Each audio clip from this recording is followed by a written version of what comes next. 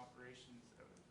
And that's including like all the preventive maintenance, all the refurbishments, all the periodic stuff that you guys might need to do in like NDT and stuff.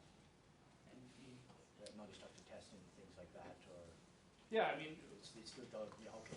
I don't know. I Like know if you guys do satellites or if you have one place. And well, we currently have a wind farm which is only 8 turbines down in Thamesville, Ontario, and there we are renting a small. We bought. Oh, sorry. We bought a facility, and we have one Suncor employee, and then I think 4 GE employees that use that facility daily. Yeah. Generators. But the scale would be quite different for the number of turbines planned here. Thank you very much. You're welcome.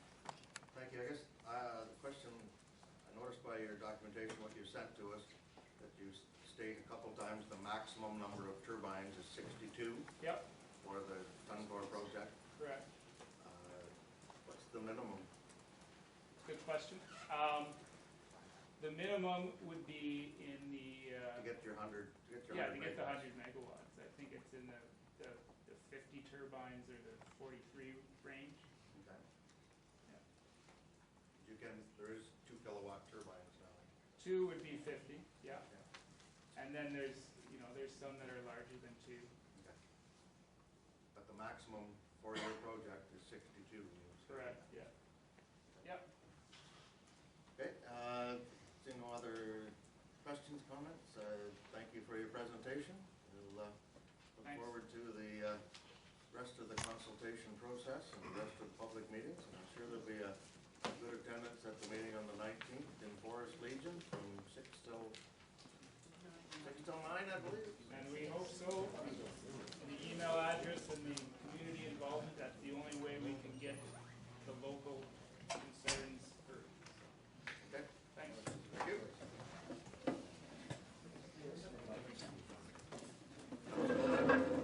I just said through you to the clerk, because I know a couple of meetings ago we had reviewed some of those bylaws and we had Just quiet, please, for a minute. Okay, we had asked that the clerk look into some of the options around these agreements and bring back a report to us. And I understand that you're working with the clerks of the other first-tier municipalities. So I guess can you give us an idea of where you're at with that now? Sure. We've only had the one meeting. We met on March the 21st, and there was Inniskillen, Clifton, myself, St. Clair, Don Euphemia, and some representatives from the county as well. And basically what we'd like to do is work together on an agreement that would address municipal concerns. And basically most of them were outlined here, but the road, making sure that the roads are tested beforehand to know what they can handle, what they can't, and then making sure there's provisions for the securities for that, improving intersections, testing bridges to make sure they're satisfactory. The other thing they talked about was the transmission lines, what's already in our corridor, how it can be accommodated or where they should go. Other issues such as the firefighting, not only the protocol for high angle rescue, but also hazard material if it's burning. Are they going to train our firefighters? Are they going to have people on staff? So what we're trying to do is work through some common issues such as that so that we can have a similar agreement so that we're all helping each other and one legal team go through them all and make sure that we can ask, we are asking for everything we can ensure that those development agreements to protect municipal interests. So kind of a timeline? We've had the one meeting. I talked to one of the gentlemen today. We are going to meet again, so probably within the month we should have something back for you on at least some standards. We have looked at, I think, 5 or 6 different agreements. Only one of them actually has been signed and is in the works. The other 3 or 4 are proposals, and I'm not sure exactly how far those will go. That's what we're looking into right now. Thank you. Just along Councillor Ullman's line, because I think you're raising an excellent point, and it's good that neighboring municipalities are working together, but there's a lot of questions on this. There's a lot of questions open on this. Will Suncor be in business 20 years from now to decommission a wind? I mean, there's lots of questions on this, and whether we should be asking for performance bonds and collecting interest on them so that if they are out of business 20 years down the road, the ratepayers aren't stuck with the decommissioning of these things.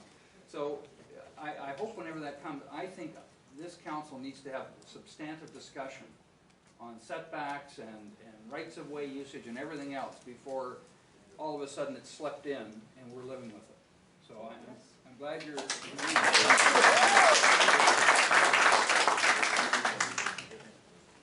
Okay, thank you. We have our 7:30 delegation. Jessica, St. Clair Conservation Authority, Jessica Barrow.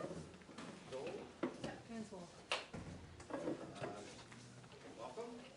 And you're here to talk to us about some clean water cost share programs that are available through St. Clair Conservation. Yes, and I'm also here with Muriel Andre, our senior biologist. Who's going to Okay. Yeah. It's going to be very hard to hear when people are moving out, so just maybe wait a second and we'll let everyone settle down.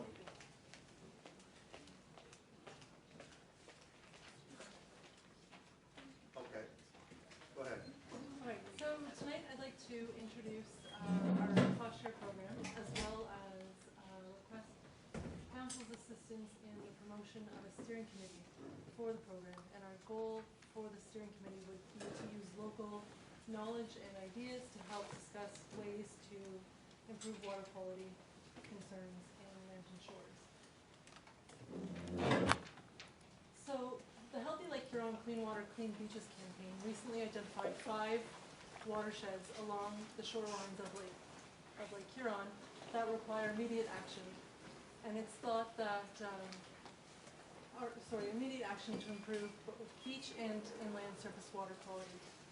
And the concerns have arisen over nutrient and bacterial pollution, which has been caused by a variety of sources. And our conservation authority is attempting to address some of these water quality concerns in the Lambton Shores tributaries, one of the 5 priorities of watersheds. And so here on the map you can see that this is the Lambton Shores watershed, roughly bound on the east side by Elmer Camp Road and Townsend Line on the south. But because watershed boundaries are determined by drainage and not road and municipal boundaries, the watershed boundaries do extend beyond these borders. And you'll notice that we've also divided the watershed up into smaller sub-watersheds based on drainage in an effort to focus our energy and effort in specific areas depending on funding availability. Our first goal in addressing Lambton Shores water quality was to collect information so that we could understand local concerns. And we did this last summer by handing out surveys at Aquafest and to beachgoers, and we found an overwhelming majority feel that Lambton Shores beaches are vital to our quality of life and survival. They're a national treasure and a legacy for future generations. We also received from these surveys a few suggestions for future improvements to water quality, and some of those being addressing vehicle access on beaches, addressing shoreline washing facilities, in addition to continued water quality monitoring and continuing support of water-related festivals such as Aquafest. So we took these highlights and suggestions and hosted a roundtable meeting in the fall, which some council members were present, and along with other community groups from Lambton Shores, and discussed the highlights, discussed some of the concerns, and all groups were open to exploring further collaborative efforts to address water quality concerns and raising local awareness in our watershed. Along with BMROS and the health unit, we also collected water quality measurements so that we could use as a future baseline as we move forward. And our next step from there, we created a clean water cost share program for landowners within the watershed who are interested in implementing best management practices on their property. Our program provides landowners with